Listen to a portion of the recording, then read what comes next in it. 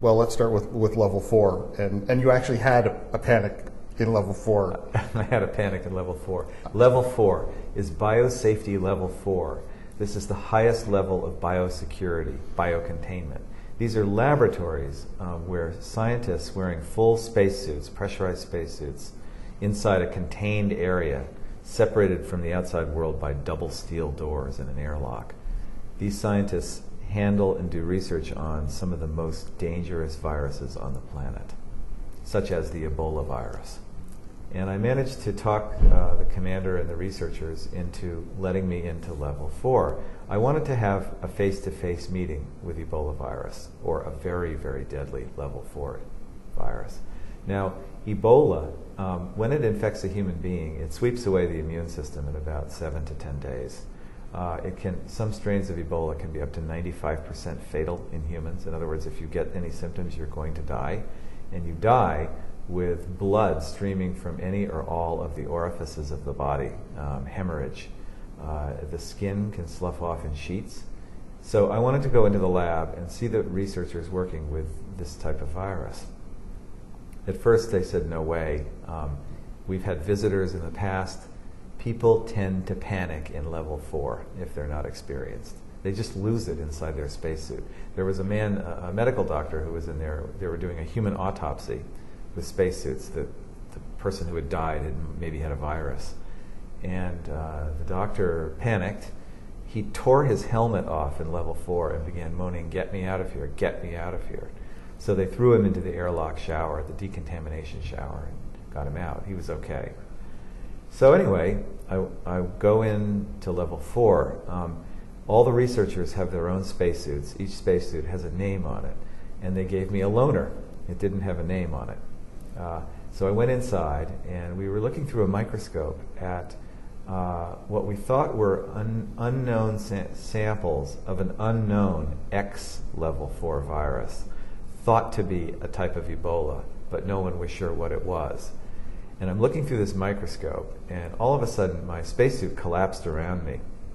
It felt strange, and I began feeling around on my chest and discovered that I was using my spacesuit gloves and I was feeling my naked skin. My spacesuit had burst open in level 4. It was a crummy old piece of military hardware that didn't have a name on it. Nobody used it, nobody claimed it. So I stood up and I said to one of the researchers, "Hey, do I have a problem here?"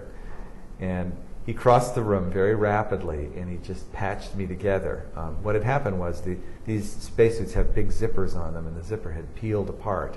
The zipper is like a Ziploc bag kind of a zipper. So we pushed the zipper together, and then I could feel the spacesuit tightening up and repressurizing. And there's that moment where you feel incredibly tempted to just panic and just start screaming and beg to be taken out.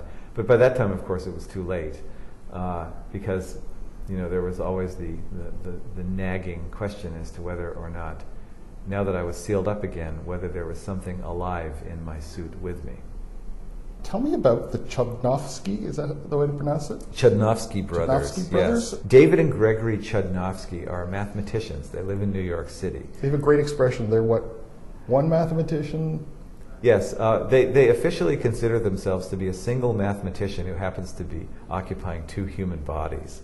They work very closely together. The younger brother Gregory is confined to bed. He has a wasting illness. He's one of the world's leading designers of supercomputers. And when I first encountered them, they had a homemade supercomputer that filled their entire apartment in New York City. And they were using this thing to calculate the number pi to 2 billion decimal places. Now, are you familiar with the Darren Aronofsky film, the indie film Pi? Yeah, I heard of it. Yeah. Well, that was inspired by my writing about these true people. So they had this machine. It was using up incredible amounts of electricity, and it was heating the apartment to over 100 degrees Fahrenheit. They had 26 fans in there running while they were calculating pi.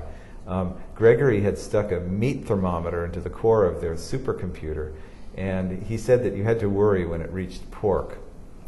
The building superintendent had no idea that they were calculating pi in their apartment, but it was using up huge amounts of electricity. And the Chodnovsky brothers were afraid that it might start an electrical fire or melt the wiring in the building, in which case they would be thrown out on the street. What holds it together, the various stories? They're all about invisible worlds of nature and about going very deep into nature and looking to see what you see. And what you see are wonders. Some of them are eerie, some of them are frightening. And when you get down into the inner limits of nature, there are places where you go where all you can say is, there be monsters, like Ebola virus. But also there be wonders or mysteries. As you go deeper and deeper into the number pi, what do you see? Well, it's a fascinating book, and I was thrilled and terrified on alternate pages. Great book. The book is Panic in Level 4, Cannibals, Killer Viruses, and Other Journeys to the Edge of Science. I've been speaking with the author, Richard Preston, and Panic in Level 4, published by Random House.